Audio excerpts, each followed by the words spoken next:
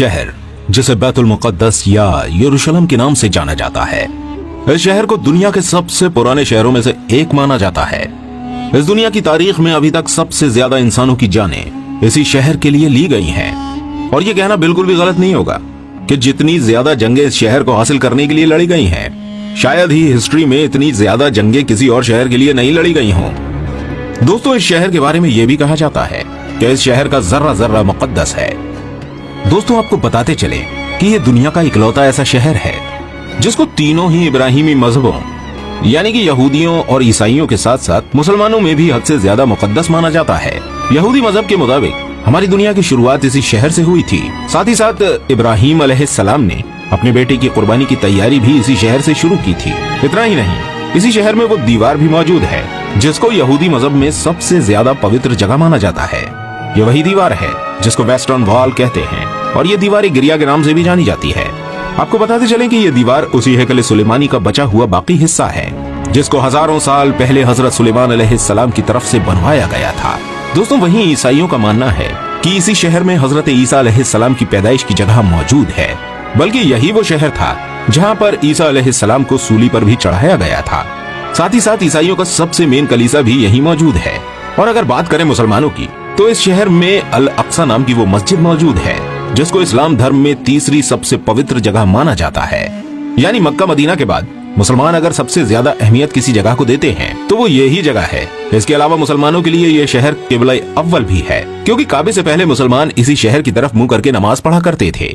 दोस्तों, हमारे आखिरी पैगंबर यानी हजरत मोहम्मद सल्लल्लाहु अलैहि वसल्लम ने जब मेराज का सफर किया था तो यही वो शहर था जहाँ अल अक्सा के अंदर पैगंबर हजरत मोहम्मद सल्लल्लाहु अलैहि वसल्लम ने सभी नबियों की इमामत की थी। इसके अलावा हजरत सुलेमान अलैहिस्सलाम और हजरत दाऊद अलैहिस्सलाम जैसे बहुत सारे बड़े बड़े नबियों की कब्रें भी यहाँ पर मौजूद हैं, जो शहर की अहमियत को और भी ज्यादा बढ़ाती हैं। दोस्तों, शायद यही वजह थी कि हिस्ट्री में इस शहर को हासिल करने के लिए मुसलमान और ईसाइयों के बीच एक के बाद एक जंगें होती रही। मुसलमानों और ईसाइयों की ये जंग कई सदियों तक चलती रही थी। दोस्तों, आप जानते हैं आखिर इस शहर की शुरुआत कैसे हुई। आज से तकरीबन 7000 साल पहले भी इस शहर के अंदर इंसानी आबादी हुआ करती थी, जो इस शहर को पुराने शहरों में से एक शहर बनाती है। इस शहर को सबसे पहले हजरत दाऊद अलैहिस्सलाम ने फतह किया था। ये वही दाऊद अलैहिस्सलाम हैं जिन्हें यहूदी और ईसाई धर्म में डेविड के नाम से जाना जाता है। दाऊद अलैहिस्सलाम ने इस शहर को फतह करने के बाद इसको अपनी सल्तनत की राजधानी बनाया। हजरत दाऊद अलैहिस्सलाम ने इस इलाके पर तकरीबन 33 साल तक हुकूमत की थी। उसके बाद उनकी ये हुकूमत उनके बेटे हजरत सुलेमान अलैहिस्सलाम के पास चली गई। ये वही हजरत सुलेमान अलैहिस्सलाम हैं जिनको सोलोमन के नाम से भी जाना जाता है। सुलेमान अलैहिस्सलाम ने ही हैकल सुलेमानी नाम की मशहूर इमारत को भी बनवाया था, जिसके अंदर ताबूत सकीना को रखा गया था। दोस्तों, ताबूत सकीना हद से ज्यादा खास हुआ करता था। इस संदूक के अंदर पुराने गुजरे हुए नबियों के तबर्रुकात रखे हुए थे। दोस्तों, हजरत सुलेमान अलैहिस्सलाम के चले जाने के बाद इस शहर में बहुत सारे उतार चढ़ाव आते रहे।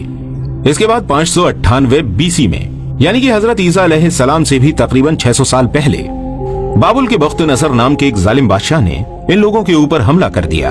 यरूशलेम शहर पर हमला करने वाले बख्त नसर ने न सिर्फ इस शहर को पूरी तरह से बर्बाद कर दिया, बल्कि हजारों बनी इसराइलियों को मौत के घाट उतार दिया और इससे कहीं ज्यादा यहूदियों को गुलाम बनाकर वो अपने साथ बाबुल में लेकर चला गया। शहर की इस तबाही में हैकल सुलेमानी नाम की वो मशहूर इमारत भी पूरी तरह से बर्बाद हो गई थी और इस इमारत के अंदर मौजूद ताबूत सकीना नाम का वो मुकद्दस संदूक तो ऐसे गायब हो गया कि उसका आज तक किसी को भी पता नहीं चल सका है। इसके बाद धीरे धीरे वक्त गुजरता गया और फिर कुछ सालों के बाद 539 ईसा पूर्व में ही साइरस द ग्रेट नाम के एक ईरानी और बहुत ही रहमदिल बादशाह ने उस बाबुल पर भी हमला कर दिया। साइरस द ग्रेट ने न सिर्फ बाबुल को फतह किया, बल्कि साथ ही साथ इन सभी गुलाम यहूदियों को भी आजाद करके इनको अपने वतन जाने की इजाजत दे दी। ये लोग न सिर्फ अपने वतन में वापस हुए, बल्कि इन्होंने साइरस द ग्रेट की मदद से उस मशहूर इमारत को फिर से बनवा लिया जिसको हैकल सुलेमानी के नाम से जाना जाता था। वक्त ने अपने आप को एक बार फिर से बदल डाला और 70वीं ईस्वी में उस दौर की दुनिया की सबसे ताकतवर सल्तनत यानी कि रोमन सल्तनत ने यरूशलेम शहर पर हमला कर दिया। रोमन शहंशाह यानी टाइटन जब इस शहर में दाखिल हुआ तो उसकी फौजों ने इस पूरे शहर में आग लगा दी। साथ ही साथ हैकल सुलेमानी नाम की उस इमारत को भी पूरी तरह से फिर से बर्बाद कर दिया। जैसे जैसे वक्त गुजरता गया वैसे वैसे यहूदियों का रोमन एम्पायर के अंडर में रहना और भी ज्यादा मुश्किल होता गया। 135 ईस्वी में जब यहूदियों ने रोमी सल्तनत के खिलाफ बगावत करने की कोशिश की तो रोमी फौजियों ने बगावत के जुर्म में इस पूरे शहर पर हल चलाकर इसको पूरी तरह से वीरान कर दिया।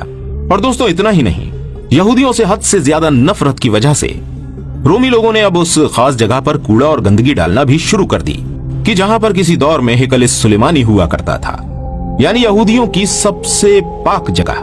यह शहर कई सदियों तक वीरान रहा और आखिरकार 638 ईस्वी में मुसलमानों के दूसरे खलीफा यानी हजरत उमर रजी अल्लाह ताला अन्हु ने इस शहर को रोमन एम्पायर से फतेह कर लिया। इसके बाद एक लंबे वक्त तक ये शहर मुसलमानों के हाथ में रहा, मगर शुरू से ही ईसाई फौजें भी इस शहर को हासिल करने की कोशिशें कर रही थीं। लेकिन इसके बाद मुसलमानों की अंदरूनी और आपसी लड़ाइयों की वजह से मुसलमानों की खिलाफत यानी खिलाफत अब्बासिया कमजोर पड़ गई। तो 1099 ईस्वी में ईसाई फौज यरूशलेम शहर को एक बार फिर से हासिल करने में कामयाब हो गई, मगर शहर को अभी ईसाइयों के कंट्रोल में गए हुए चंद साल ही गुजर पाए थे कि तभी एक नया नाम उभर कर आया और ये नाम था सलाउद्दीन अय्यूबी का। वही सलाउद्दीन अय्यूबी जिसने बचपन से ही इस बात की कसम खा रखी थी कि वो हर हाल में ईसाइयों से इस शहर को दोबारा हासिल करके रहेगा। यही वजह है कि सलाउद्दीन अय्यूबी ने शुरू से ही इस शहर को हासिल करने की कोशिशें शुरू कर दी थी और आखिरकार 1187 में यानी 100 साल से पहले ही एक बार फिर से ये शहर मुसलमानों के हाथ में आ गया, यानी सलाउद्दीन अय्यूबी ने इस शहर को फतेह कर लिया था। इसके बाद भी इस शहर को हासिल करने के लिए ईसाइयों और मुसलमानों के बीच कई सारी लड़ाइयां हुई, मगर लाख कोशिशों के बावजूद भी 1517 में इस शहर को सल्तनत उस्मानिया के ताकतवर सुल्तानों में से एक सुल्तान सलीम अव्वल ने फतेह करके अपनी सल्तनत में मिला लिया। 1517 से लेकर 1917 तक ये शहर सल्तनत उस्मानिया का हिस्सा रहा। इस दौर में सल्तनत उस्मानिया ने इस शहर को पूरी तरह बदल दिया था। सल्तनत उस्मानिया के दौर में ही यहूदियों ने इस शहर में आकर अपनी अलग अलग रियासतें बनाने की प्लानिंग शुरू कर दी, लेकिन सल्तनत उस्मानिया के आखिरी सुल्तान अब्दुल हमीद सानी उनकी इस कोशिशों को अच्छे से समझ गए थे, इसलिए उनके दौर में यहूदियों की सारी कोशिशें नाकाम हो गईं। अब्दुल हमीद सानी के बाद सल्तनत उस्मानिया बहुत कमजोर पड़ गई और 1917 में ब्रिटिश एम्पायर ने सल्तनत उस्मानिया पर कब्जा कर लिया, जिसके बाद बहुत वक्त तक ये इलाका ब्रिटिश एम्पायर के अंडर में रहा। यही वो दौर था जिसमें जगह जगह से यहूदियों को बुलाकर फिलिस्तीन में जमा करना शुरू कर दिया गया। इसके बाद सबसे पहले